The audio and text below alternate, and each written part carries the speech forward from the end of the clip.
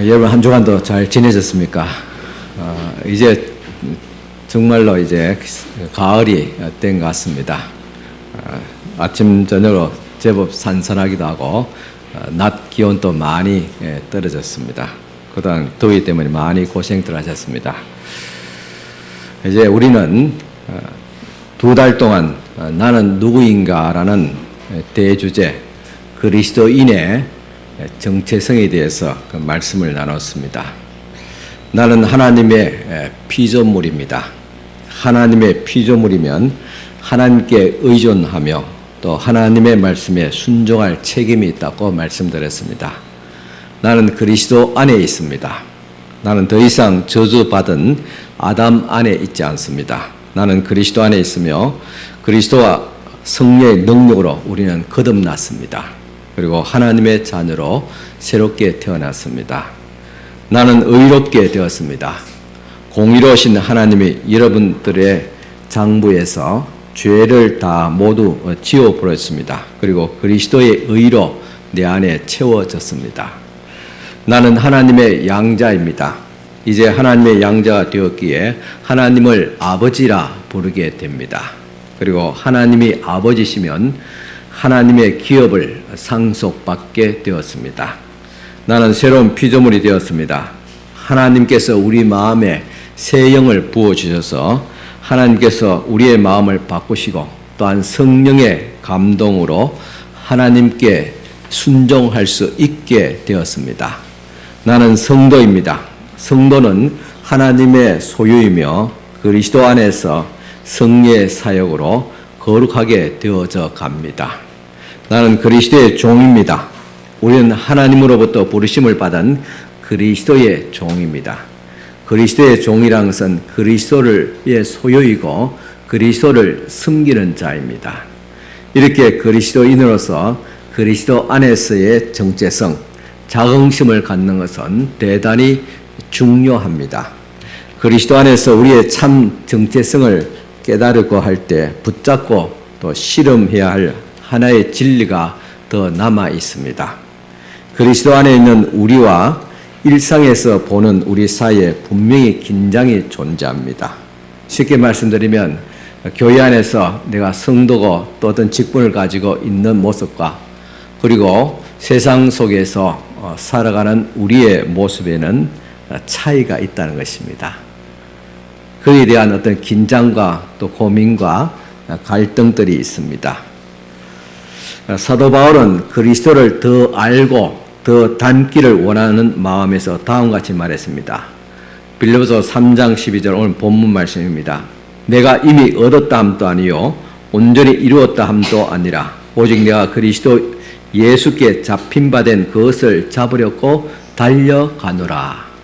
바울은 분명히 그리스도를 만나서 거듭난 자입니다. 삶을 완전히 바꾸었던 사람입니다. 그리고 이방의 사도로 부르심을 받아서 목숨을 바쳐가며 교회를 세우고 전도하고 또 오늘 우리에게 귀한 하나님의 말씀 신약 성경 대부분을 바울이 기록하고 썼습니다. 그런 바울이 말하기를 나는 아직 완전하지 않다 그렇게 말하고 있습니다. 분명 우리도 바울같이 나는 완전하지 않다고 말할 수 있습니다. 이렇게 우리는 아직 끝나지 않는 삶의 긴장 속에 살아가고 있습니다.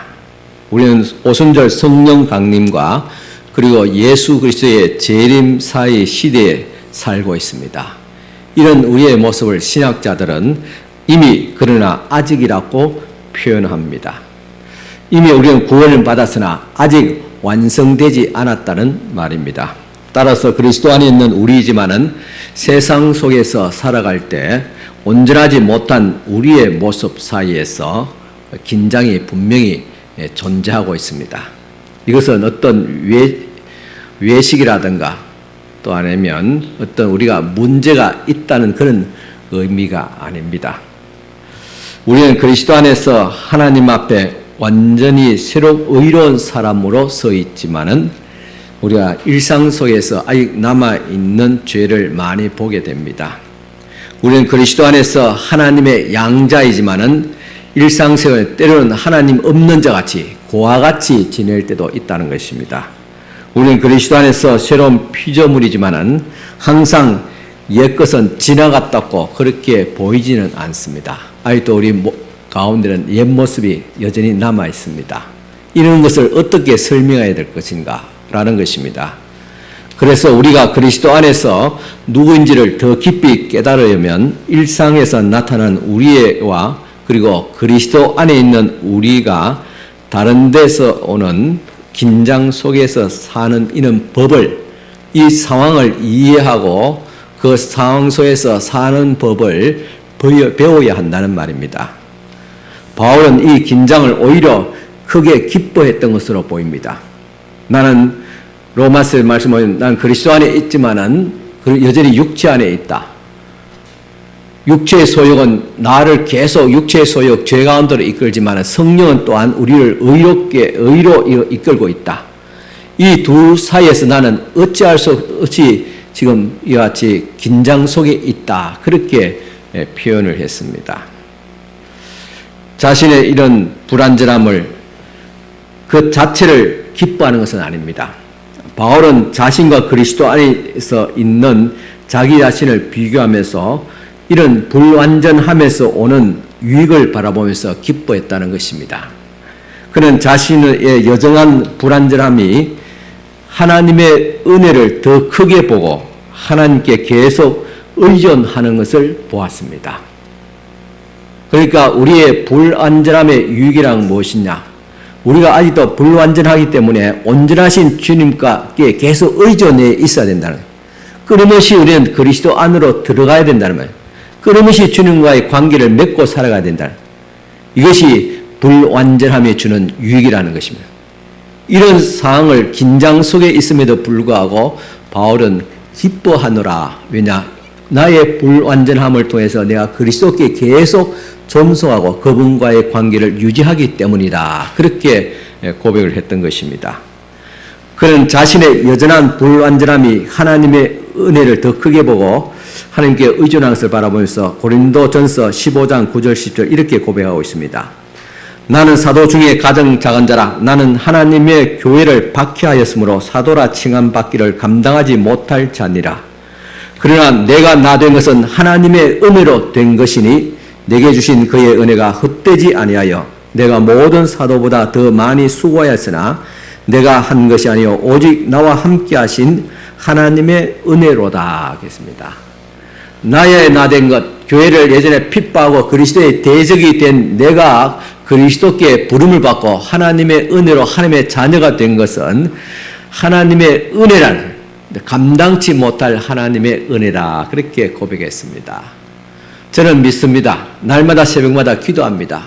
우리의 자녀들을 위해서, 교회를 위해서, 또 한국교회를 위해 기도합니다. 물론 우리에게 많은 문제들이 있습니다.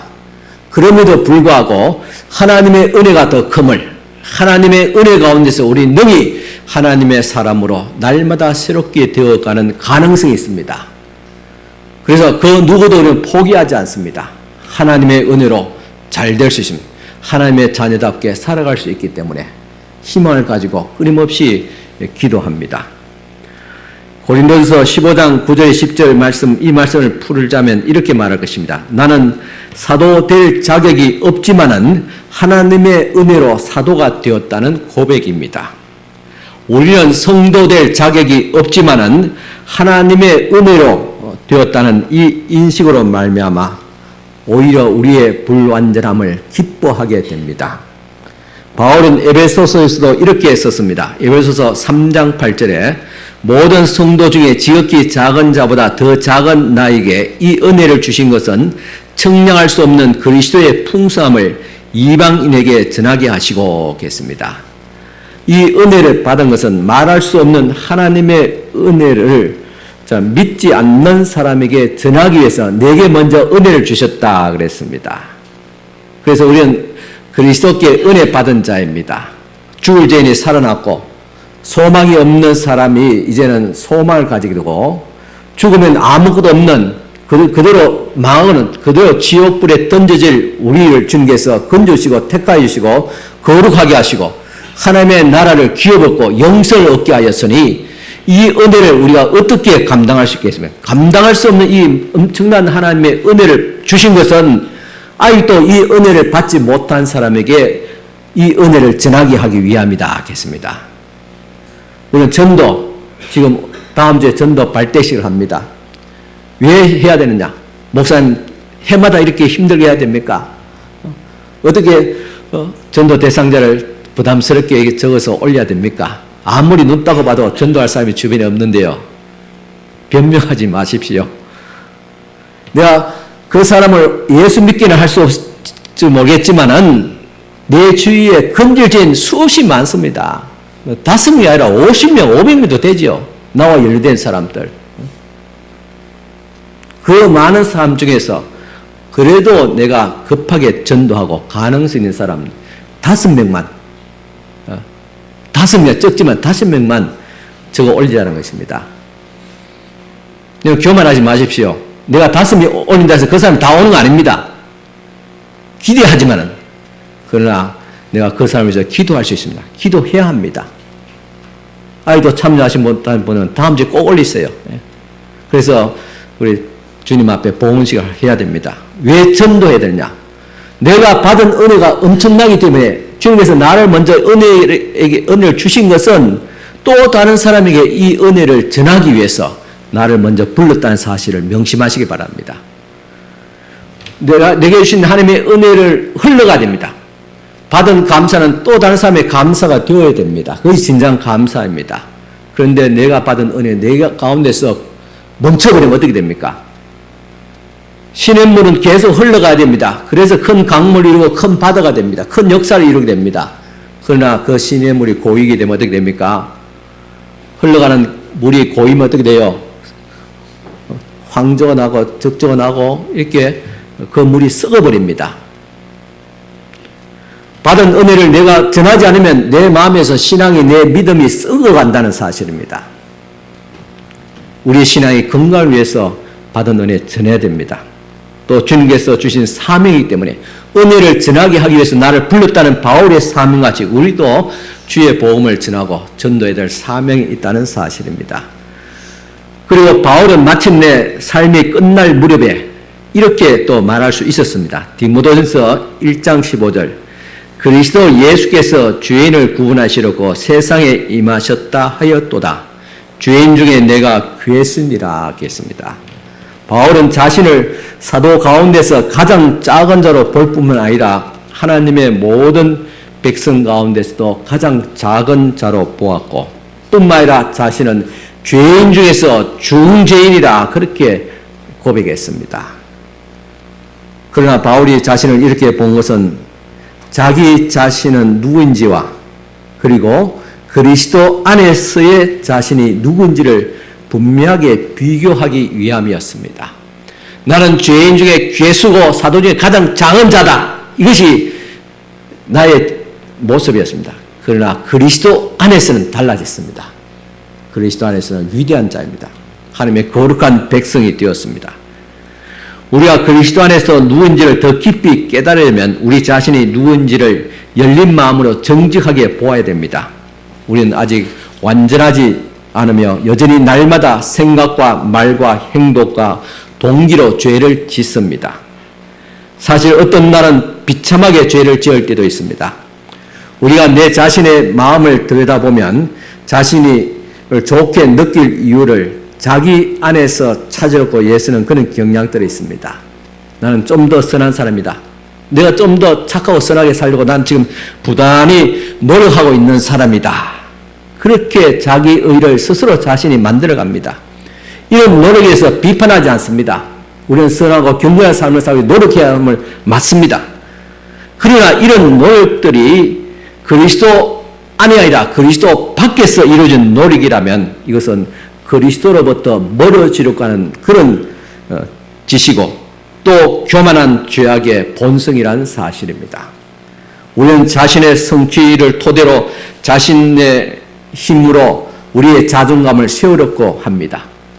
그리스도 예수를 믿는 사람들도 이런 경향이 있을 뿐만 아니라 예수 없는 사람들은 뭐보다 더더욱 그렇습니다. 말하는 거 보면 자기 의입니다. 나는 그래도 다른 사람보다 의롭게 살고 나는 정직한 삶을 살고 있고 그런 식으로 자신을 이렇게 의로움을 말하고 있습니다. 그러나 그런 의로움은 오래가지 못합니다. 그 의는 거짓입니다. 실패입니다. 만일 어떤 친구가 결혼에 실패를 했습니다. 그래서 자신은 실패자라고 그렇게 자책하고 있다면 그 친구에 대해서 어떻게 대답을 해야 합니까? 그 친구의 자존감을 세워주려고 너는 실패자가 아니야. 그렇게 대답할 것입니까? 그러나 이것은 헛수고일 뿐이고 잘못된 동정심만 보일 뿐인 것입니다. 우리는 사실을 부정할 수 없습니다. 친구가 결혼 생활에서 실패한 것은 엄연한 사실입니다. 그러나 또 다른 사실, 더 중요한 사실이 있습니다. 이 친구는 신자이며 따라서 그가 그리스도 안에 있는 자로서 하나님 앞에서는 거룩하고 흠이 없이 서 있다는 사실, 그리스도 안에서는 결코 실패자가 없다는 사실, 이런 이유로 그 친구에 이렇게 말할 수 있습니다. 너 말이 맞아. 너는 실패자이고 나도 실패자야. 그러나 바로 이것 때문에 예수께서 오시고 그분은 나와 너 같은 실패자를 위해서 죽으러 오셔서 예수님 때문에 그리스도 안에서 우리는 더 이상 실패자가 아니야 라고 말해야 됩니다. 우리는 자신에게 이런 말을 하지요. 오늘 참 나는 수고했다. 너는 참 좋은 사람이야. 너는 사랑받을 사람이야. 이렇게 자신을 격려하고 위로하고 자신에게 선물을 주는 것도 좋습니다. 그러나 우리가 그리스도인이라면 늘 복음 안에서 우리 자신을 두어야 됩니다. 그리고 날마다 우리 자신에게 복음을 전해야 됩니다. 나는 하나님이 죄인들을 용서하고 또한 반기신다는 사실을 믿어야 됩니다. 성경 어디에도 자신의 의를 내려놓고 그리스도의 의를 입은 사람을 죄인이라 꾸짖지 않습니다. 우리는 그리스도 안에서 온전한 자입니다. 그리스도 안에서 우리는 소망 있는 자이고 그리스도 안에서 하나님의 나를 기업을 받는 그런 부유한 자입니다. 그리스도 안에서 우리는 의로운 자입니다. 그리스도 안에서 새로운 사람입니다. 모든 그리스도 안에서 자신을 위로하고 그리스도의 복음으로 자신을 더 견고하고 그리스도 안에서 자신을 날마다 바라보아야 됩니다. 이것이 올바른 우리의 정체성이고 모습입니다. 우리는 그리스도의 품에 안긴 죄인들이었습니다. 어느 가정에 벽장 속에 해골이 있다는 그런 말이 있습니다. 벽장 속에 해골이 있다. 이 말의 의미는 어느 가정이든 가문이든 숨겨진 부끄러움이 있다는 말입니다. 남에게 말하고 싶지 않는 부끄러움, 그런 고통들이 있습니다. 그래서 다른 사람의 가족 관계나 신상에 대해서 너무 많이 알렸고 말하는 것은 실례입니다. 왜냐하면 사람마다 벽장 속에 숨겨진 해골이 있기 때문입니다. 대개 가족들은 이것을 숨기려고 합니다. 예수님도 세상에 계실 때 그 가문에 보면 벽장 속에 해골이 있었습니다. 그러나 흥미롭게도 성경은 이 부분을 숨기기보다는 유별하게 그것을 드러내기를 강조합니다. 마태복음 1장 1절에 16절 보면 예수님의 족보가 나오고 있습니다. 이 족보에 보면 우선 네 여인이 언급되어 있습니다. 그 여인들은 유별납니다. 성경의 족보에 있는 이 여인들은 대개 참 소위 말해서 정상적인 그런 현숙한 여인들은 아니었습니다. 오히려 이 모든 사람들은 부도덕한 그런 이력이 있은 여인들이었습니다.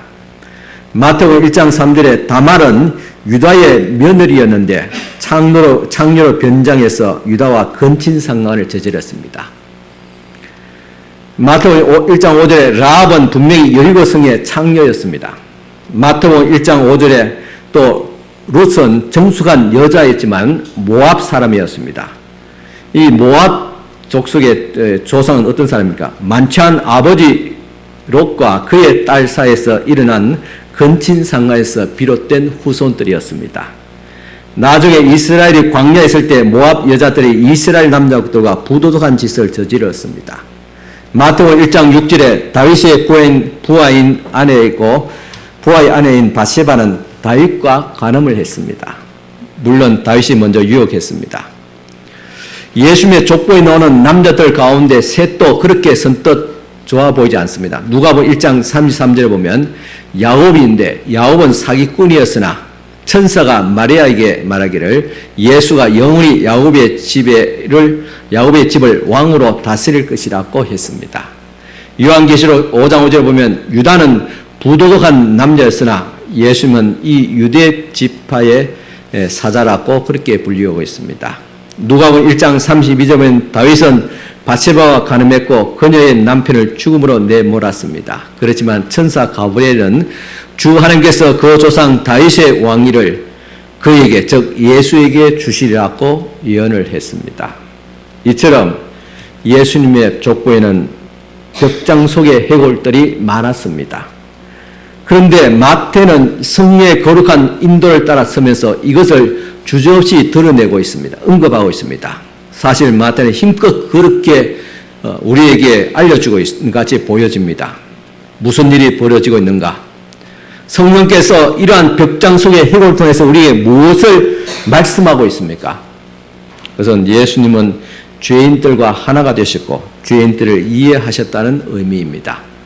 예수님은 그분의 족보에 있는 죄인들과 하나, 그 가문 가운데서 예수께서 태어나셨다는 사실입니다. 예수님은 이 땅에 사는 동안에 세리와 죄인들과 하나가 되었습니다. 예수님은 분명 그분의 죽음에서 강도와 같이 나란히 하나가 되셨고 그에게 이렇게 말씀하셨습니다. 내가 진실로 내게 이르노니 오늘 내가 나와 함께 낙원에 있으리라고 했습니다. 이와 같이 예수님은 죄인들과 하나가 되셨고 이것은 우리에게 주는 좋은 소식입니다. 우리는 여전히 불완전한 죄인의 습관에 있고 여전히 유혹받기 때문입니다. 다시 말해서 우리는 분명히 구원받은 죄인이지만 그렇더라도 매일의 삶 속에서 여전히 죄인같이 살아갑니다. 예수님은 우리의 죄에도 불구하고 우리를 여전히 사랑하시며 아버지 오른편에 앉아서 우리를 위해서 중보하고 계시다는 사실입니다. 예수님의 이 족보에서 여전히 해골이 장소에 감춰 있습니다. 부끄러운 수치스러운 남자들과 여자들의 그 가문에 속해져 있습니다. 그 중에서 또한 예수님도 같이 함께 그 가문의 족보에 있습니다. 이것은 죄인과 함께 한다는 의미도 있지만 더 깊은 의미가 있습니다. 그것은 우리가 지금 주제되고 있는 우리가 구원받은 하나님의 사람이지만은 이 세상 속에서 여전히 육체의 소욕과 욕심감과 죄의 유혹을 받으면서 불완전하게 살아가고 있다는 이 현실에서 우리가 어떻게 이 갈등 속에서 그리스도인으로 살아갈 것이냐. 때로는 우리가 낙심하기도 하고 때로는 우리가 다시 참 내가 믿음에서 잘한 같이 착각하며 살아가고 있지만은 이런 뒤섞인 가운데서 우리의 모습을 볼 때 우리가 위선자인가 아니면 나약한 자인가 이런 갈등을 하면서 살아가는 우리들의 모습 가운데서 어떻게 우리가 그리스도 안에서 속해서 하나님의 종이고 새로운 피조물이고 약속받은 기업받은 하나님의 자녀로 그렇게 우리가 자신 있게 말하며 살아갈 수 있을까라는 어떤 그런 혼란스러움과 고민, 갈등, 긴장들 속에 어떻게 우리 그리스도로 살아갈 것이냐는 것을 예수님의 족보에서 우리에게 보여주고 있다는 것입니다. 예수의 족보에 물론 괜찮은 사람들도 있습니다. 그렇지만은 그 속에서 앞에 말씀같이 부정한 여인들 그리고 또한 불완전한 또 남자들 그 사람들 속에 예수님의 족보가 있습니다. 예수님께서 그 속에 있습니다. 이는 오늘 또 우리와 같이 우리가 불완전한 삶을 살아오는 여기 있는 우리 모든 사람들 또 우리가 한 사람에도 어떤 애는 좀 완전한 것 같고 어떤 애는 좀 막 지옥에 치다는 것 같이 그렇게 행동할지라도 여전히 그리스도께서 우리와 함께 불완전한 인생의 해골 같은 그죠? 감춰진 장소에 해골이 있는 그런 장소에 있는 사람들 같은 그런 사람들 이름 속에 예수께서 마지막에 점 찍었다. 그 속에 예수께서 계시다는 말은 오늘도 우리가 불완전한 삶을 살아가고 있지만은 그러나 여전히 이 속에 예수께서 중심을 잡고 계시다는 사실입니다. 날마다 우리를 새롭게 하시는 예수님, 거룩하게 하시는 예수님, 깨닫고 뉘우치고 돌아오게 하시는 예수님, 날마다 우리를 격려하시고 도와주시고 성령께서 우리를 격려하시고 바른 길로 인도하시는 우리 그리스도와 그분의 영이 우리의 삶 속에 우리 이 무리 속에 예수께서 중심을 잡고 계시다는 사실입니다. 날마다 주님께서는 그래서 우리를 변론해 주십니다. 마귀는 수없이 우리를 정죄합니다. 그래놓고도 목사냐, 너가 집사냐, 장모냐, 그래 말이에요. 심지어 이런 이야기를 자식한테 들을 때 진짜 죽고 싶습니다. 비참해지죠. 그렇지만 주님께서 변론하십니다. 그래도 너는 여전히 하나님의 사람이야. 내 사랑하는 아들이야, 딸이야. 비록 넘어졌지만 다시 일어설 수 있어. 결국 너는 영화로운 모습으로, 완벽한 모습으로 완성된 날이 곧 다가올 거야 라고 주님께서 날마다 우리를 격려하시고 도와주신다고 변론해 주신다는 사실입니다. 마귀는 우리를 정죄하고 우리를 무너뜨리고 그렇게 하지만 예수 그리스도께서는 하나님 보좌 우편에서 마귀의 모든 정죄를 묵살해 버립니다. 감히 누가 내 택한 하나님의 아들, 딸을 정죄하느냐고 주님께서 묵살해 버립니다. 거부해 버립니다. 이렇게 우리를 변론해 주시는 예수님이 계시다는 사실입니다. 이런 하나님의 은혜가 있기에 우리는 불완전한 모든 행실을 이어나게 됩니다.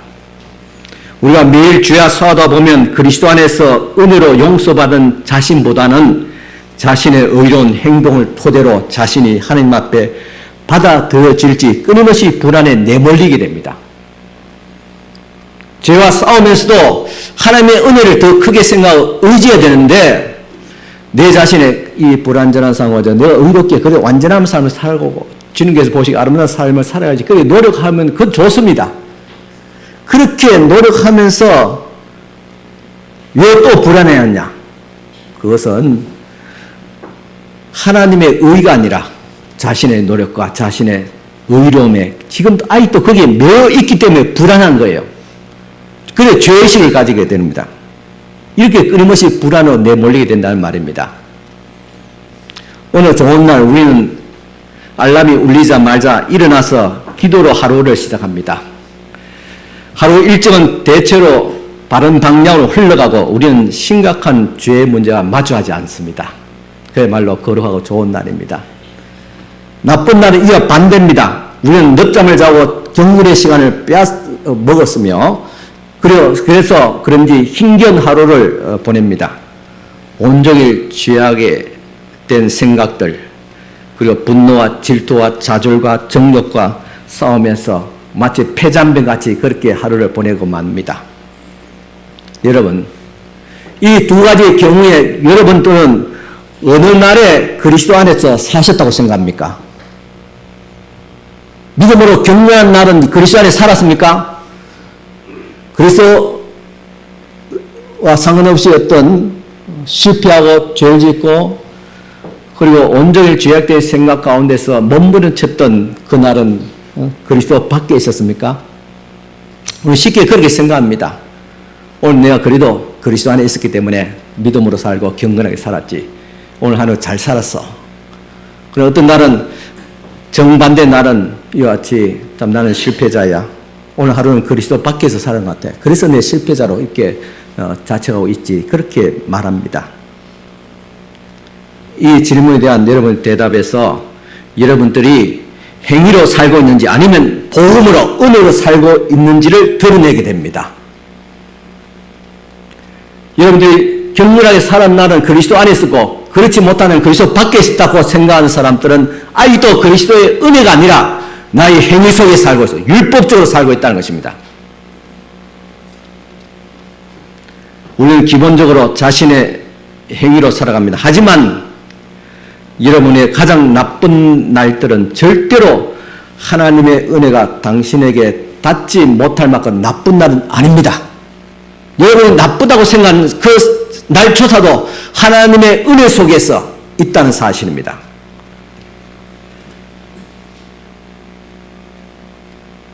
또한 정반대로 가장 여러분들이 생각하는 어떤 좋은 날 그런 좋은 날에도 마찬가지로 절대로 하나님의 은혜가 필요하지 않을 만큼 좋은 날은 아닙니다.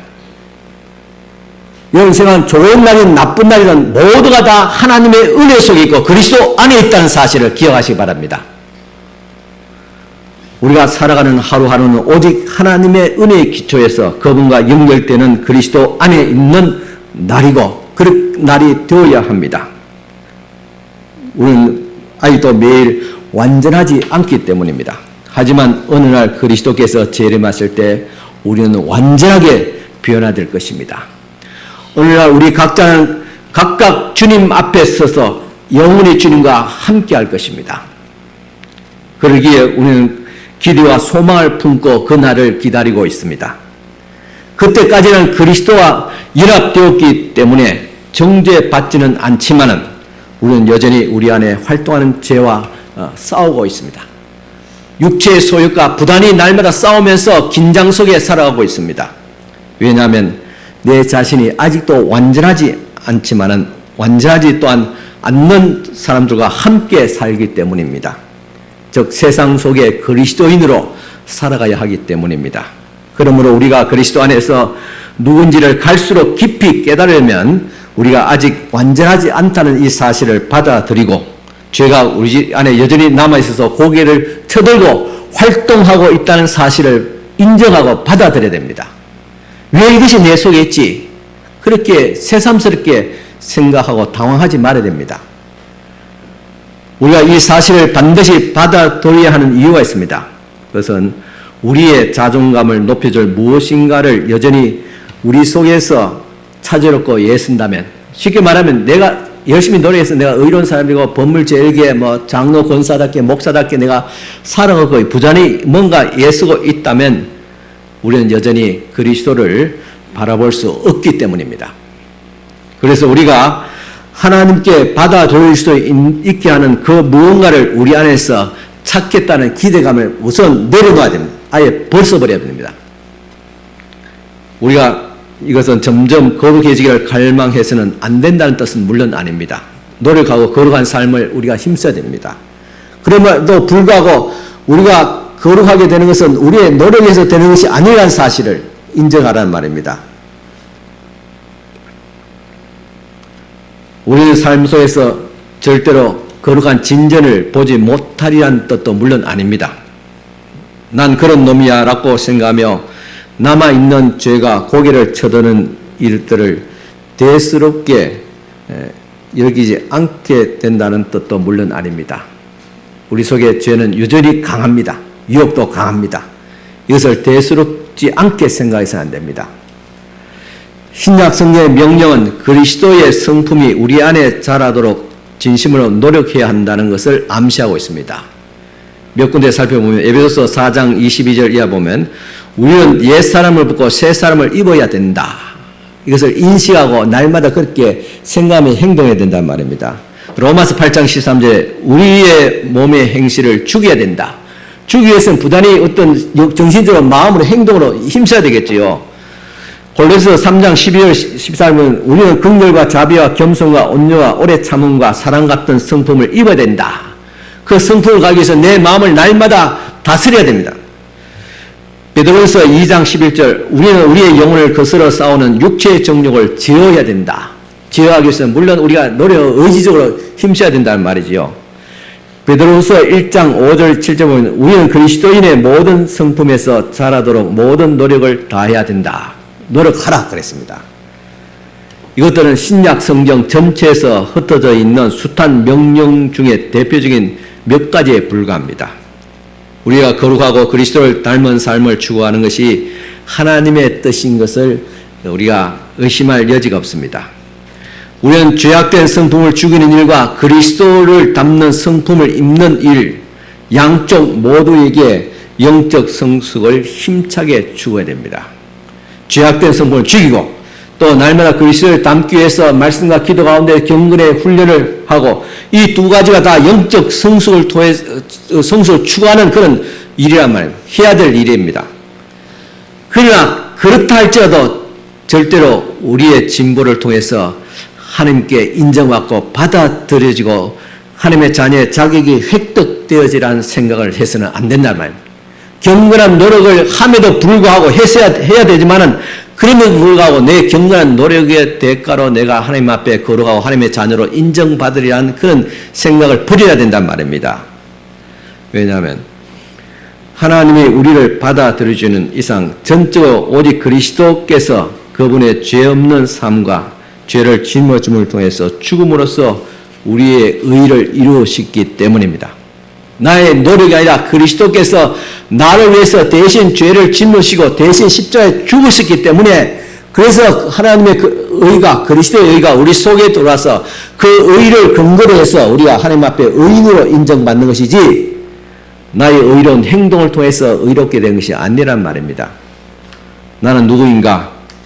이 질문의 답은 우리의 성취나 우리의 실패 혹은 다른 사람의 편견에서 찾지 말고 오직 그리스도 안에서 찾아야 됩니다. 내가 열심히 큐티하고 열심히 노력했기 때문에 내가 그리스도 하나님 앞에 떳떳한 하나님의 자녀다.